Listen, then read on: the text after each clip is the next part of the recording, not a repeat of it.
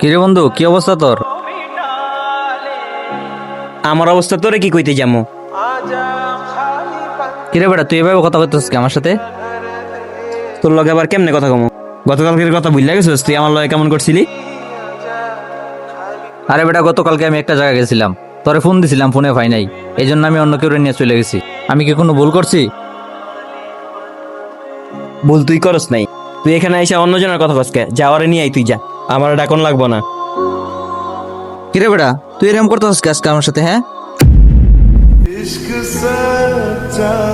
আরে বেটা, তোরে বন্ধু হিসেবে ধরলাম আমি, তুই ধাক্কা মারলি, গায়ে হাত দিলি আমার।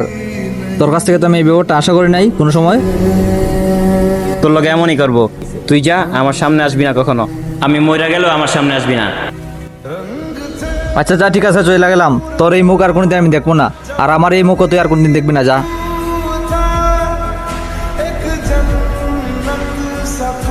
ইস, কিরে, আমার বুকটা ব্যথা করতেছে কে? ওর সাথে যে কেন ঝগড়া হলাম, ওর সাথে তো কোনোদিন এই অভয় নাই। ইস, বুকটা ভাই, আমার বুকটা ব্যথা করতেছে। হ্যালো বন্ধু, কই তুই? হ্যালো,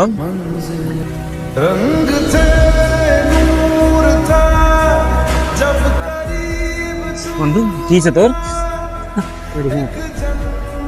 বন্ধু, তোর কিছু হইব না। তুই সাহস রাখ, আমি আছি না? তুই আমার লগে যাবি এখন, ডাক্তারের কাছে যাবো, তোর কিছু হইব না, তুই উঠ। হ্যাঁ, তুই উঠ। দাঁড়া দাঁড়া, চশমাটা লয়ে দেখ।